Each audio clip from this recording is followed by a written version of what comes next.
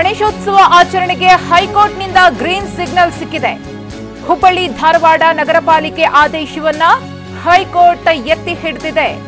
ಹುಬ್ಬಳ್ಳಿ ಈದ್ಗಾ ಮೈದಾನದಲ್ಲಿ ಗಣೇಶೋತ್ಸವ ಆಚರಣೆಗೆ ಹೈಕೋರ್ಟ್ ಅನುಮತಿಯನ್ನ ಕೊಟ್ಟಿದೆ. ಗಣೇಶೋತ್ಸವ ಆಚರಣೆಗೆ ಯಾವುದೇ ರೀತಿಯ ಅಡ್ಡಿ ಆತಂಕ ಇಲ್ಲ, ಯಾಕಂದ್ರೆ ಹೈಕೋರ್ಟ್ನಿಂದ ಹಸಿರು ನಿಶಾನೆ ಸಿಕ್ಕಿದೆ.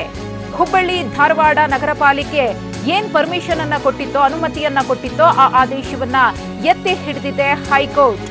ಹುಬ್ಬಳ್ಳಿಯ ಈದ್ಗಾ ಮೈದಾನದಲ್ಲಿ 3 ದಿನಗಳ ಕಾಲ ಗಣೇಶೋತ್ಸವ ಆಚರಣೆಗೆ ಪಾಲಿಕೆ ಅನುಮತಿಯನ್ನ ಕೊಟ್ಟಿತ್ತು. ನಿನ್ನೆ ಇದ್ರ ಬಗ್ಗೆ ಅಧಿಕೃತವಾಗಿ ಆದೇಶ ಕೂಡ ಹೊರಬಿದ್ದಿತ್ತು. ಒಂದಷ್ಟು ಷರತ್ತುಗಳನ್ನ ವಿಧಿಸಿ ಗಣೇಶೋತ್ಸವ ಆಚರಣೆಗೆ ಹುಬ್ಬಳ್ಳಿಯ ಈದ್ಗಾ ಮೈದಾನದಲ್ಲಿ ಅನುಮತಿಯನ್ನ ಕೊಡಲಾಗಿತ್ತು.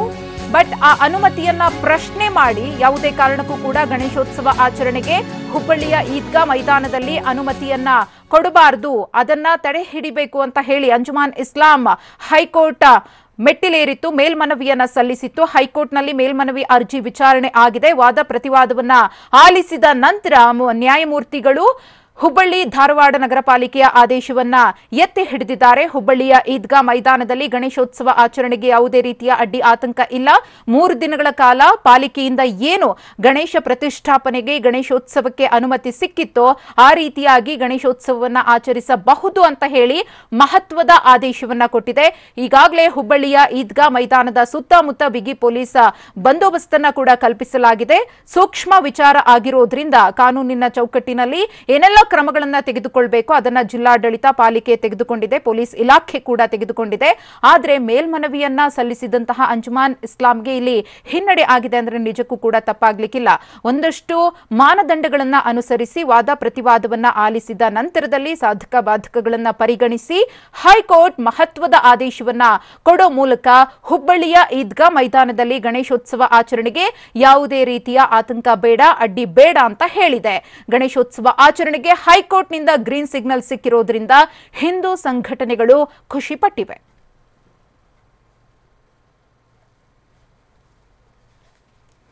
ಸುಪ್ರೀಂ ಕೋರ್ಟ್ ಕೂಡ ಮಹತ್ವದ ಆದೇಶವನ್ನ ಕೊಟ್ಟಿತ್ತು. ತುರ್ತು ಅರ್ಜಿ ವಿಚಾರಣೆಯನ್ನ ನಡೆಸಿತ್ತು. ಚಾಮರಾಜಪೇಟೆಯ ಈದ್ಗಾ ಮೈದಾನದಲ್ಲಿ ಗಣೇಶೋತ್ಸವ ವಿಚಾರಕ್ಕೆ ಸಂಬಂಧಪಟ್ಟಂತೆ ಸಲ್ಲಿಕೆಯಾಗಿದ್ದ ಅರ್ಜಿಯಲ್ಲಿ ಸುಪ್ರೀಂ ಕೋರ್ಟ್ನಿಂದ ಆದೇಶ ಬಂದಿತ್ತು, ಯಥಾಸ್ಥಿತಿಯನ್ನ ಕಾಪಾಡಿಕೊಳ್ಳಿ, ಗಣೇಶೋತ್ಸವಕ್ಕೆ ಯಾವುದೇ ರೀತಿಯ ಅನುಮತಿ ಕೊಡೋಕಾಗೋದಿಲ್ಲ ಅಂತ ಹೇಳಿ. ಅದೇ ರೀತಿಯ ತೀರ್ಪು ಬರಬಹುದಾ ಹೈಕೋರ್ಟ್ನಿಂದಲೂ ಅನ್ನೋ ಒಂದು ನಿರೀಕ್ಷೆ ಇತ್ತು. ಆದ್ರೆ ಇಲ್ಲಿ ಸುಪ್ರೀಂ ಕೋರ್ಟ್ನ ತೀರ್ಪೇನಿತ್ತೋ ಅದು ಯಾವುದೂ ಕೂಡ ಅನ್ವಯ ಆಗಿಲ್ಲ. ಹೈಕೋರ್ಟ್ ವಾದ ಪ್ರತಿವಾದವನ್ನ ಆಲಿಸಿದ ನಂತರದಲ್ಲಿ ನ್ಯಾಯಮೂರ್ತಿಗಳು ಹುಬ್ಬಳ್ಳಿಯ ಈದ್ಗಾ ಮೈದಾನದಲ್ಲಿ ಗಣೇಶೋತ್ಸವ ಆಚರಣೆಗೆ ಪರ್ಮಿಷನ್ ಅನ್ನ ಕೊಟ್ಟಿದ್ದಾರೆ.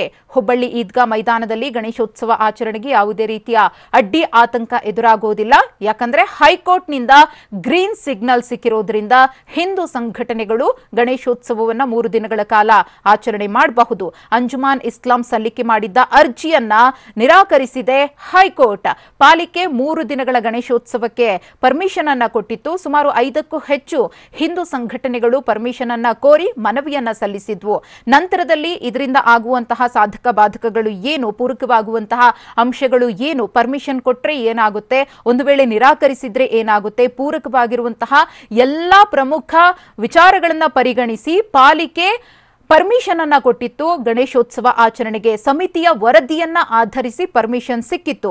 ಬಟ್ ಆ ಅನುಮತಿಯನ್ನ ಪ್ರಶ್ನೆ ಮಾಡಿ ಅಂಜುಮಾನ್ ಇಸ್ಲಾಂ ಮೇಲ್ಮನವಿಯನ್ನ ಹೈಕೋರ್ಟ್ಗೆ ಸಲ್ಲಿಕೆ ಮಾಡಿತ್ತು. ಹೈಕೋರ್ಟ್ನಲ್ಲಿ ಸುಪ್ರೀಂ ಕೋರ್ಟ್ ಮಾದರಿಯ ತೀರ್ಪೇ ಬರಬಹುದಾ ಅನ್ನೋ ಒಂದು ನಿರೀಕ್ಷೆ ಇತ್ತು. ಅದನ್ನ ಪರಿಗಣಿಸಬೇಕು ಅಂತ ಹೇಳಿ ಅಂಜುಮಾನ್ ಇಸ್ಲಾಂ ಪರವಾಗಿ ವಾದ ಮಂಡಿಸಿದಂತಹ ವಕೀಲರು ಕೂಡ ಮನವಿಯನ್ನ ಮಾಡಿಕೊಂಡಿದ್ರು. ಸುಪ್ರೀಂ ಕೋರ್ಟ್ನ ಆದೇಶವನ್ನ ನೀವು ಪರಿಗಣನೆಗೆ ತೆಗೆದುಕೊಳ್ಳಿ ಅಂತ ಹೇಳಿ. ಈದ್ಗಾ ಮೈದಾನ ನಮ್ದೇ ಅಂತ ನಾವು ಹೇಳ್ತಾ ಇಲ್ಲ, ಬಟ್ ಕೆಲವೊಂದು ಸೂಕ್ಷ್ಮ ವಿಚಾರಗಳಲ್ಲಿ ಪರಿಗಣಿಸಬೇಕಾದಂತಹ ಅನಿವಾರ್ಯತೆ ಇದೆ ಅಂತ ಹೇಳಿ ಕೋರ್ಟ್ಗೆ ಮನವರಿಕೆ ಮಾಡಿಕೊಡುವಂತಹ ಪ್ರಯತ್ನವನ್ನ ಮಾಡಿದ್ರು. ಆದ್ರೆ ಅದೆಲ್ಲವೂ ಕೂಡ ವಿಫಲವಾಗಿದೆ. ಹುಬ್ಬಳ್ಳಿಯ ಈದ್ಗಾ ಮೈದಾನದಲ್ಲಿ ಗಣೇಶೋತ್ಸವಕ್ಕೆ ಹೈಕೋರ್ಟ್ ಗ್ರೀನ್ ಸಿಗ್ನಲ್ ಅನ್ನ ಕೊಟ್ಟಿದೆ. ಅಂಜುಮಾನ್ ಇಸ್ಲಾಂ ಸಲ್ಲಿಕೆ ಮಾಡಿದಂತಹ ಅರ್ಜಿಯನ್ನ, ಮನವಿಯನ್ನ ಹೈಕೋರ್ಟ್ ತಿರಸ್ಕರಿಸಿದೆ. ಆ ಮೂಲಕ ಯಾವುದೇ ರೀತಿಯ ಗೊಂದಲಗಳು ಇಲ್ಲದೆ, ಅಡ್ಡಿ ಆತಂಕ ಇಲ್ಲದೆ 3 ದಿನಗಳ ಕಾಲ ಪಾಲಿಕೆಯಿಂದ ಏನು ಗಣೇಶೋತ್ಸವ ಆಚರಣೆಗೆ ಅನುಮತಿ ಸಿಕ್ಕಿದೆಯೋ ಅದರ ಪ್ರಕಾರ ಹಿಂದೂ ಸಂಘಟನೆಗಳು ಗಣೇಶನನ್ನ ಪ್ರತಿಷ್ಠಾಪನೆ ಮಾಡಿ ಹಬ್ಬವನ್ನ ಆಚರಿಸಬಹುದು. ಆದರೆ ಯಾವುದೇ ರೀತಿಯ ಅಹಿತಕರ ಘಟನೆಗಳು ನಡೆಯದಂತೆ, ಕಾನೂನು ತೊಡಕು ಉಂಟಾಗದಂತೆ ಪೊಲೀಸ್ ಇಲಾಖೆಯು ಕೂಡ ಮುಂಜಾಗ್ರತಾ ಕ್ರಮವನ್ನು ತೆಗೆದುಕೊಳ್ಳಬೇಕಾದಂತಹ ಅನಿವಾರ್ಯತೆ ದೊಡ್ಡ ಮಟ್ಟದಲ್ಲಿ ಇದೆ. ಅತಿ ಸೂಕ್ಷ್ಮ ವಿಚಾರ ಆಗಿರೋದ್ರಿಂದ ಹದ್ದಿನ ಕಣ್ಣಿಟ್ಟು ಈದ್ಗಾ ಮೈದಾನದ ಸುತ್ತಮುತ್ತ ಪೊಲೀಸ್ ಭದ್ರತೆಯನ್ನ ಈಗಿನಿಂದಲೇ ಹೆಚ್ಚಿಸಲಾಗಿದೆ. ಎಲ್ಲಾ ರೀತಿಯ ಸಿದ್ಧತೆಗಳನ್ನ ಒಂದು ಕಡೆ ಗಣೇಶೋತ್ಸವಕ್ಕೆ ಮಾಡಿಕೊಳ್ಳಲಾಗ್ತಿದೆ. ನಾಳೆ ಗಣೇಶ ಹಬ್ಬ ಇರೋದ್ರಿಂದ ಗಣೇಶನ ಪ್ರತಿಷ್ಠಾಪನೆಯಾಗುತ್ತೆ. ಪೂಜೆ ಪುನಸ್ಕಾರಗಳು, ವಿಧಿವಿಧಾನಗಳು ಏನೆಲ್ಲ ಇದೆಯೋ ಅದು 3 ದಿನಗಳ ಕಾಲ ನಡೀತಾ ಹೋಗುತ್ತೆ. ಪೊಲೀಸ್ ಇಲಾಖೆಯ ಮೇಲೆ ಮಹತ್ತರ ಜವಾಬ್ದಾರಿ ಇದೆ. ಈ ವಿಚಾರದಲ್ಲಿ ಆ ಭಾಗದಲ್ಲಿ ಯಾವುದೇ ರೀತಿಯ ಅಹಿತಕರ ಘಟನೆಗಳು ಆಗದಂತೆ ನೋಡಿಕೊಳ್ಳುವುದು ಇಲ್ಲಿ ಹಿಂದೂ ಸಂಘಟನೆಗಳಿಗೆ ಒಂದು ರೀತಿಯ ಸಂತೋಷದ ವಿಚಾರ. ಹೈಕೋರ್ಟ್ನಿಂದ ಈ ತೀರ್ಪು ಇದೀಗ ಹೊರಬಿದ್ದಿರೋದು.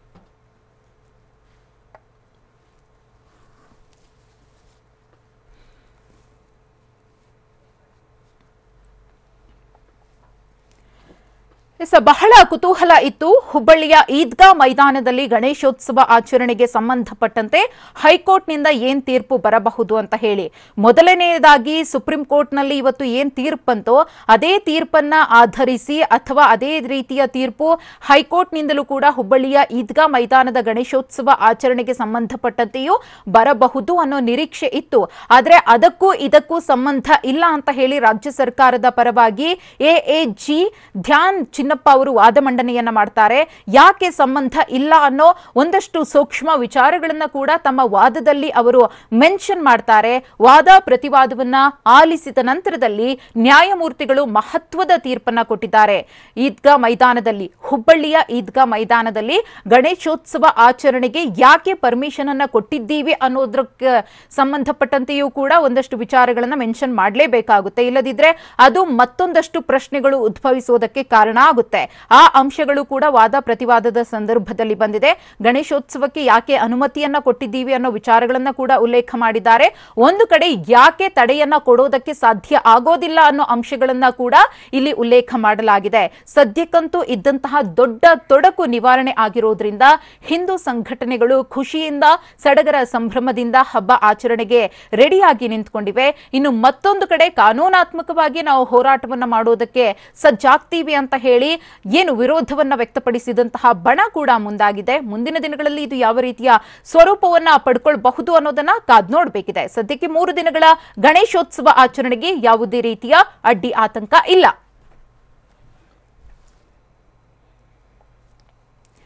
ಈ ಕುರಿತು ಮತ್ತಷ್ಟು ಮಾಹಿತಿಯನ್ನ ಕೊಡ್ತಾರೆ ನಮ್ಮ ಪ್ರತಿನಿಧಿ ರಮೇಶ್. ಹೈಕೋರ್ಟ್ನಿಂದ ಮಹತ್ವದ ತೀರ್ಪು ಬಂದಿದೆ. ಯಾವುದೇ ರೀತಿಯ ಅಡ್ಡಿ ಆತಂಕ ಇಲ್ಲ ಗಣೇಶೋತ್ಸವ ಆಚರಣೆಗೆ. ಹುಬ್ಬಳ್ಳಿಯ ಈದ್ಗಾ ಮೈದಾನದಲ್ಲಿ ವಾದ ಪ್ರತಿವಾದ ಹೇಗಿತ್ತು, ಏನೆಲ್ಲ ಪ್ರಮುಖ ಅಂಶಗಳನ್ನ ಉಲ್ಲೇಖ ಮಾಡಲಾಯಿತು ಅಂತ. ಮಧುಶ್ರೀ, ಈ ಸುಪ್ರೀಂ ಕೋರ್ಟ್ ಇವತ್ತೇನು ತೀರ್ಪನ್ನ ಕೊಟ್ಟಿತ್ತು, ಆದೇಶವನ್ನು ಕೊಟ್ಟಿತ್ತು, ಅದನ್ನೇ ಆದೇಶವನ್ನು ಆಧಾರವಾಗಿ ಇಟ್ಕೊಂಡು ಹೈಕೋರ್ಟ್ ನಲ್ಲೂ ಕೂಡ ಅಂಜುಮನ್ ಇಸ್ಲಾಂ ಸಂಸ್ಥೆ ವಾದ ಮಂಡಿಸಿತ್ತು. ಹುಬ್ಬಳ್ಳಿಯ ಈದ್ಗಾ ಮೈದಾನದಲ್ಲಿ ಗಣೇಶೋತ್ಸವಕ್ಕೆ ಅವಕಾಶ ಕೊಡಬಾರದು. ಸುಪ್ರೀಂ ಕೋರ್ಟ್ ಹೇಗೆ ಚಾಮರಾಜಪೇಟೆ ಮೈದಾನದಲ್ಲಿ ಯಥಾಸ್ಥಿತಿ ಕಾಯ್ದುಕೊಳ್ಳುವಂತೆ ಆದೇಶ ನೀಡಿದೆಯೋ ಅದೇ ಆದೇಶವನ್ನ ಇಲ್ಲಿಗೂ ಕೂಡ ಅನ್ವಯ ಮಾಡಬೇಕು ಅಂತೇಳಿ ವಾದಿಸಿದ್ರು. ಆದ್ರೆ ಸರ್ಕಾರ ಅದನ್ನ ಬಲವಾಗಿ ವಿರೋಧಿಸಿತ್ತು. ಏನಂದ್ರೆ ಸುಪ್ರೀಂ ಕೋರ್ಟ್ ನಲ್ಲಿ ಆಗಿರುವಂತ ಕೇಸ್ ಏನಿದೆ, ಅಂದ್ರೆ ಚಾಮರಾಜಪೇಟೆ ಕೇಸ್ ಏನಿದೆ, ಅದ್ರಲ್ಲಿ ಮಾಲೀಕತ್ವದ ವಿವಾದ ಇತ್ತು. ಅಂದ್ರೆ ಮಾಲೀಕತ್ವ ಪಾಲಿಕೆಯದ್ದೋ ಅಥವಾ ಏನು ವಕ್ಫ್ ಬೋರ್ಡ್ ಅನ್ನೋದ್ರ ಬಗ್ಗೆ ವಿವಾದ ಇತ್ತು. ಆದ್ರೆ ಈ ಕೇಸ್ ನಲ್ಲಿ, ಅಂದ್ರೆ ಹುಬ್ಳಿ ಈದ್ಗಾ ಮೈದಾನ ಕೇಸ್ ನಲ್ಲಿ ಅದು ಪಾಲಿಕೆಯದ್ದೇ ಮೈದಾನ ಅಂತೇಳಿ ಈ ಹಿಂದಿನ 1972ರಲ್ಲೇ ತೀರ್ಮಾನ ಆಗಿದೆ. ಅದಾದ ಮೇಲೆ ಅಂಜುಮನ್ ಇಸ್ಲಾಂ ಸಲ್ಲಿಸಿರುವಂತಹ ಮೇಲ್ಮನವಿಗಳೆಲ್ಲ ವಜಾ ಆಗಿದೆ. ಸುಪ್ರೀಂ ಕೋರ್ಟ್ ಕೂಡ ಅವರ ಮೇಲ್ಮನವಿಯನ್ನು ವಜಾಗೊಳಿಸಿ ಈ ಪಾಲಿಕೆಯ ಸ್ವತ್ತಿದು, ಹುಬ್ಬಳ್ಳಿಯ ಈದ್ಗಾ ಮೈದಾನ ಪಾಲಿಕೆಯ ಸ್ವತ್ತು ಅಂತ ಹೇಳಿದೆ. ಹೀಗಾಗಿ ವರ್ಷಕ್ಕೆ 2 ಬಾರಿ ನಮಾಜ್ ಮಾಡೋದಕ್ಕಷ್ಟೇ ಅವರಿಗೆ ಲೈಸೆನ್ಸ್ ಕೊಡಲಾಗಿದೆ ಹೊರತು ಅವ್ರಿಗೆ ಬೇರೆ ಯಾವುದೇ ಹಕ್ಕಿಲ್ಲ ಅಂತ ಹೇಳಿ ವಾದ ಮಂಡಿಸಿದ್ರು. ಇದಕ್ಕೆ ಏನು ಅಂಜುಮನ್ ಇಸ್ಲಾಂ ಪರ ವಕೀಲರು ಕೂಡ ಯಾವುದೇ ರೀತಿ ತಕರಾರು ಎತ್ತೋದಕ್ಕೆ ಸಾಧ್ಯ ಆಗಲಿಲ್ಲ. ಯಾಕಂದ್ರೆ ಮಾಲೀಕತ್ವಕ್ಕೆ ಸಂಬಂಧಪಟ್ಟಂತೆ ಯಾವುದೇ ರೀತಿಯಾದಂತಹ ವಿವಾದ ಇಲ್ಲ ಅನ್ನೋದು ಸ್ಪಷ್ಟ ಆಗಿತ್ತು. ಹೀಗಾಗಿ ಬೆಂಗಳೂರಿನ ಕೇಸ್ಗೂ ಹುಬ್ಳಿ ಕೇಸ್ಗೂ ಬಹಳ ವ್ಯತ್ಯಾಸ ಇದ್ದಿದ್ರಿಂದ ನ್ಯಾಯಮೂರ್ತಿಗಳು ಅದನ್ನೇ ತಮ್ಮ ಆದೇಶದಲ್ಲಿ ಬರೆಸಿದ್ದಾರೆ. ಸುಪ್ರೀಂ ಕೋರ್ಟ್ನ ಇವತ್ತಿನ ಆದೇಶಕ್ಕೂ ಮತ್ತೆ ಹುಬ್ಬಳ್ಳಿ ಈದ್ಗಾ ಮೈದಾನದ ವಿವಾದಕ್ಕೂ ಯಾವುದೇ ರೀತಿ ಸಂಬಂಧವಿಲ್ಲ. ಎರಡೂ ಫ್ಯಾಕ್ಟ್ಸ್ ಮತ್ತೆ ಸರ್ಕಮ್ಸ್ಟಾನ್ಸಸ್ ಎಲ್ಲವೂ ಕೂಡ ಬೇರೆ ಬೇರೆ ಇದೆ. ಹೀಗಾಗಿ ಈ ಕೇಸ್ನಲ್ಲಿ ಅಂಜುಮನ್ ಇಸ್ಲಾಂ ವಾದಕ್ಕೆ ಯಾವುದೇ ರೀತಿಯಾದಂತಹ ಮೌಲ್ಯ ಇಲ್ಲ ಅಂತ ಹೇಳಿ ಅಂಜುಮನ್ ಇಸ್ಲಾಂ ಏನು ಕೇಳಿತ್ತು, ಅಂದ್ರೆ ಗಣೇಶೋತ್ಸವಕ್ಕೆ ಅನುಮತಿ ಕೊಡಬಾರ್ದು ಅಂತ ಹೇಳಿ ಮನವಿ ಮಾಡಿತ್ತು. ಆ ಮನವಿಯನ್ನ ಪುರಸ್ಕರಿಸೋದಕ್ಕೆ ನಿರಾಕರಿಸಿದೆ. ಅಂದ್ರೆ ಅವರ ಅರ್ಜಿಯನ್ನ ಅಂದ್ರೆ ಮಧ್ಯಂತರ ಆದೇಶವನ್ನ ಕೊಡೋದಕ್ಕೆ ನಿರಾಕರಿಸಿದೆ. ಅದರರ್ಥ ಈಗ ಹುಬ್ಬಳ್ಳಿ ಮಹಾನಗರ ಪಾಲಿಕೆ ಗಣೇಶೋತ್ಸವ ಮಾಡೋದಕ್ಕೆ ಎಲ್ಲಾ ರೀತಿಯಾದಂತಹ ಅನುಮತಿಯನ್ನು ಕೊಡಬಹುದು. ಅದಕ್ಕೆ ಯಾವುದೇ ರೀತಿಯಾದಂತಹ ಅಡ್ಡಿ ಆತಂಕ ಇರೋದಿಲ್ಲ. ಹೀಗಾಗಿ ಈ ಬಾರಿ ಹುಬ್ಬಳ್ಳಿಯ ಈದ್ಗಾ ಮೈದಾನದಲ್ಲಿ ಗಣೇಶೋತ್ಸವ ನಡೆಯೋದು ಕನ್ಫರ್ಮ್ ಆಗಿದೆ ಮಧುಶ್ರೀ. ರಮೇಶ್, ಇನ್ನು ಮುಂದಿನ ನಡೆ ಏನಾಗಿರುತ್ತೆ ಅಂತ ಹೇಳಿ, ಕಾನೂನಾತ್ಮಕವಾಗಿ ನಾವು ಹೋರಾಟದ ಹಾದಿಯನ್ನ ಹಿಡಿತೀವಿ ಅಂತ ಹೇಳ್ತಾ ಇರ್ತಾರೆ. ಅಂಜುಮನ್ ಇಸ್ಲಾಂ ಅವರು ಕೂಡ ಹೇಳಿದ್ದಾರೆ, ವಿರೋಧ ವ್ಯಕ್ತವಾಗಿದ್ರಿಂದ ಸಾಕಷ್ಟು ವಿವಾದಗಳು ಕೂಡ ಎದ್ದಿತ್ತು. ಹಾಗಾಗಿ ಮುಂದಿನ ಸ್ವರೂಪ ಏನ್ ಪಡ್ಕೊಳ್ಬಹುದು ಅಂತ ಇದು ಮಧುಶ್ರೀ, ನಾಳೆನೆ ಅವರ ಸುಪ್ರೀಂ ಕೋರ್ಟ್ಗೆ ಮೇಲ್ಮನವಿಯನ್ನ ಸಲ್ಲಿಸಬಹುದು. ಅಂದ್ರೆ ಅಲ್ಲಿ ಅವಕಾಶ ಕೊಡಬಾರ್ದು ಅಂತ ಹೇಳಿ. ಆದ್ರೆ ಇಲ್ಲೇನಂದ್ರೆ ಇವತ್ತಾಗಿರುವಂತ ಘಟನೆ ಅಂದ್ರೆ ಚಾಮರಾಜಪೇಟೆ ವಿವಾದಕ್ಕೂ ಈ ವಿವಾದಕ್ಕೂ ಸಾಕಷ್ಟು ವ್ಯತ್ಯಾಸ ಇದೆ. ಇಲ್ಲಿ ಇವತ್ತು ಚಾಮರಾಜಪೇಟೆ ಪ್ರಕರಣದಲ್ಲಿ ಸುಪ್ರೀಂ ಕೋರ್ಟ್ ಯಥಾಸ್ಥಿತಿ ಕಾಯ್ದುಕೊಳ್ಳಿ ಅಂತ ಆದೇಶ ಕೊಡೋದ ಕಾರಣ ಏನಂತಂದ್ರೆ, ಇಲ್ಲಿ ಪಾಲಿಕೆಯ ಜಾಗ, ಇದು ಪಾಲಿಕೆಯ ಮಾಲೀಕತ್ವದ ಜಾಗ ಅಂತ ಸಾಬೀತು ಮಾಡೋದಕ್ಕೆ ಪಾಲಿಕೆ ಹತ್ರ ಯಾವುದೇ ದಾಖಲೆಗಳು ಇರಲಿಲ್ಲ. ಆದ್ರೆ ಈ ಕೇಸ್ನಲ್ಲಿ, ಹುಬ್ಳಿ ಕೇಸ್ನಲ್ಲಿ ಪಾಲಿಕೆ ಹತ್ರ ದಾಖಲೆಗಳಿವೆ. ಜೊತೆಗೆ ಸುಪ್ರೀಂ ಕೋರ್ಟೇನೆ ಈ ಹಿಂದೆನೆ ಹೇಳಿದೆ ಇದು ಪಾಲಿಕೆಯ ಸ್ವತ್ತು ಅಂತೇಳಿ. ಹೀಗಾಗಿ ನಾಳೆ ಒಂದು ವೇಳೆ ವಕ್ಫ್ ಬೋರ್ಡ್ ಮತ್ತೆ ಅಂಜುಮನ್ ಇಸ್ಲಾಂ ಸುಪ್ರೀಂ ಕೋರ್ಟ್ ಮೊರೆ ಹೋದ್ರು ಕೂಡ ಇವತ್ತಿನ ರೀತಿಯ ಆದೇಶವನ್ನೇ ಕೊಡುತ್ತೆ ಸುಪ್ರೀಂ ಕೋರ್ಟ್ ಅಂತೇಳಿ ನಿರೀಕ್ಷೆ ಮಾಡೋಕೆ ಸಾಧ್ಯ ಇಲ್ಲ. ಒಂದ್ ವೇಳೆ ನಾಳೆ ಸುಪ್ರೀಂ ಕೋರ್ಟ್ ಹೋಗಿ ಸುಪ್ರೀಂ ಕೋರ್ಟ್ ಅಲ್ಲಿ ವಿಚಾರಣೆ ಕೈಗೆತ್ತಿಕೊಳ್ಳೋ ಅಷ್ಟರಲ್ಲಿ ಇಲ್ಲಿ ಏನಾದ್ರು ಗಣೇಶ ಕೂಡಿಸ್ಬಿಟ್ರೆ ನಾಳೆನೇನೆ, ಆಗ ಸುಪ್ರೀಂ ಕೋರ್ಟ್ ಕೂಡ ಮಧ್ಯಪ್ರವೇಶ ಮಾಡೋದಕ್ಕೆ ನಿರಾಕರಿಸಬಹುದು. ಹೀಗಾಗಿ ಈಗ ಇವತ್ತು ಆಗಿರುವಂತ ಬೆಳವಣಿಗೆನೆ ನಾಳೆನೂ ಆಗುತ್ತೆ ಅಂದ್ರೆ ಸುಪ್ರೀಂ ಕೋರ್ಟ್ ನಲ್ಲಿ ನಾಳೆನೂ ಇದೇ ರೀತಿ ಆದೇಶ ಬರುತ್ತೆ ಅನ್ನೋದಕ್ಕೆ ಯಾವುದೇ ರೀತಿ ಖಚಿತತೆ ಇಲ್ಲ. ಆದ್ರೆ ಈ ಒಂದು ಆಪ್ಷನ್ ಆಯ್ಕೆ ಅಂತ ಇದ್ದೇ ಇದೆ. ಅಂಜುಮನ್ ಇಸ್ಲಾಂ ಮತ್ತೆ ವಕ್ಫ್ ಬೋರ್ಡ್ ಮುಂದೆ ಏನಾದ್ರು ಸುಪ್ರೀಂ ಕೋರ್ಟ್ಗೆ ಅವರು ಮೇಲ್ಮನವಿಯನ್ನ ಸಲ್ಲಿಸಬಹುದು, ಮತ್ತೆ ಹೈಕೋರ್ಟ್ ಈ ಆದೇಶವನ್ನು ರದ್ದು ಮಾಡಿ ಅಂತೇಳಿ ಕೇಳ್ಕೋಬಹುದು. ಅದೇ ರೀತಿ ಅವರು ಹೈಕೋರ್ಟ್ ವಿಭಾಗೀಯ ಪೀಠಕ್ಕೂ ಮೇಲ್ಮನವಿ ಸಲ್ಲಿಸೋದಕ್ಕೂ ಕೂಡ ಅವಕಾಶ ಇದೆ. ಯಾಕೆಂದ್ರೆ ಹೈಕೋರ್ಟ್ ಏಕಸದಸ್ಯ ಪೀಠದ ಆದೇಶ ಆಗಿರೋದ್ರಿಂದ ಇದು ಹೈಕೋರ್ಟ್ ವಿಭಾಗೀಯ ಪೀಠಕ್ಕೂ ಇವರು ಮೇಲ್ಮನವಿಯನ್ನ ಸಲ್ಲಿಸಬಹುದು, ರಿಟ್ ಅಪೀಲ್ ಸಲ್ಲಿಸಬಹುದು, ಅದಕ್ಕೂ ಕೂಡ ಅವಕಾಶ ಇದೆ.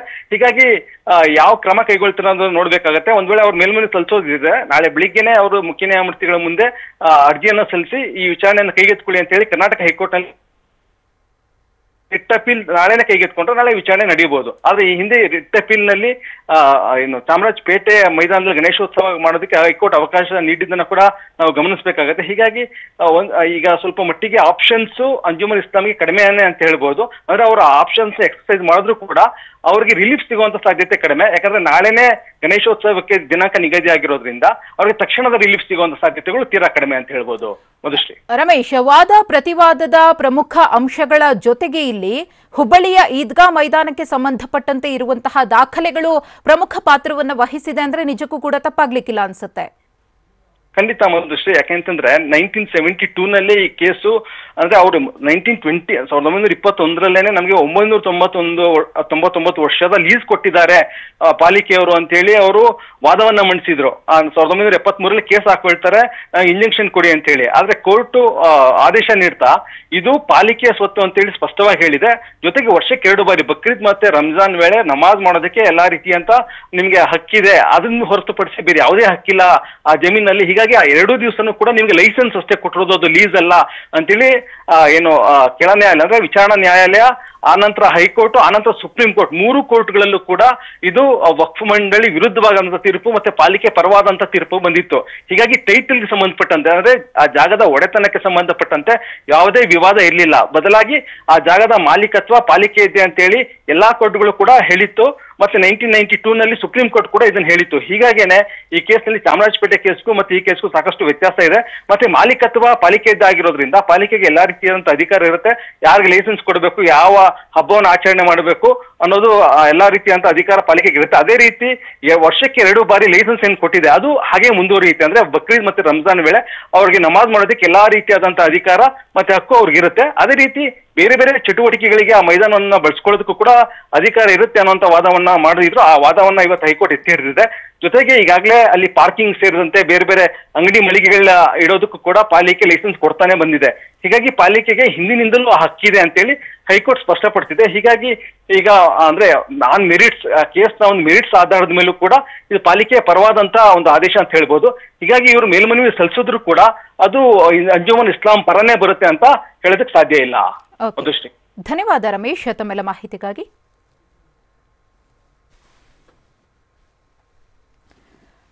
ಗಣೇಶೋತ್ಸವಕ್ಕೆ ಹುಬ್ಬಳ್ಳಿಯ ಈದ್ಗಾ ಮೈದಾನದಲ್ಲಿ ಯಾವುದೇ ರೀತಿಯ ಅಡ್ಡಿ ಆತಂಕ ಇಲ್ಲ. ಹೈಕೋರ್ಟ್ನಿಂದ ಗ್ರೀನ್ ಸಿಗ್ನಲ್ ಸಿಕ್ಕಿದೆ. ಅಂಜುಮನ್ ಇಸ್ಲಾಂ ಸಲ್ಲಿಸಿದ್ದ ಮೇಲ್ಮನವಿ ಅರ್ಜಿಯನ್ನ ಹೈಕೋರ್ಟ್ ತಿರಸ್ಕರಿಸಿದೆ.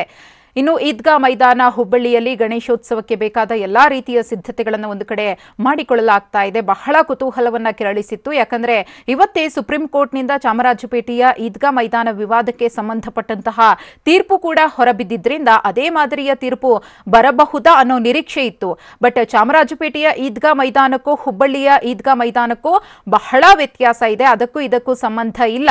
ಚಾಮರಾಜಪೇಟೆಯ ಈದ್ಗಾ ಮೈದಾನದಲ್ಲಿ ಮಾಲೀಕತ್ವ ವಿಚಾರಕ್ಕೆ ಸಂಬಂಧಪಟ್ಟಂತೆ ಗೊಂದಲ ಇತ್ತು, ಪ್ರಶ್ನೆಗಳು ಇತ್ತು. ಹಾಗಾಗಿ ಸುಪ್ರೀಂ ಕೋರ್ಟ್ ಆ ರೀತಿಯ ತೀರ್ಪನ್ನ ಕೊಟ್ಟಿರೋದು ಸಮ್ಮತಿ, ಅಂದ್ರೆ ಅದನ್ನ ನಾವು ಸ್ವೀಕಾರ ಮಾಡಬಹುದು, ಸ್ವಾಗತಿಸಬಹುದು. ಆದ್ರೆ ಹುಬ್ಬಳ್ಳಿಯ ಈದ್ಗಾ ಮೈದಾನದ ವಿಚಾರದಲ್ಲಿ ಆ ರೀತಿಯ ಯಾವುದೇ ಸಮಸ್ಯೆ ಇರಲಿಲ್ಲ. ಪಾಲಿಕೆಗೆ ಸಂಬಂಧಪಟ್ಟಂತೆ ಈದ್ಗಾ ಮೈದಾನ ಯಾರ ಸ್ವತ್ತು ಅನ್ನೋದು ಹಿಂದಿನಿಂದಲೂ ಕೂಡ ದಾಖಲೆಗಳಲ್ಲಿ ಉಲ್ಲೇಖ ಆಗಿದೆ ಅಂತ ಹೇಳಿ ವಾದದ ಸಂದರ್ಭದಲ್ಲಿ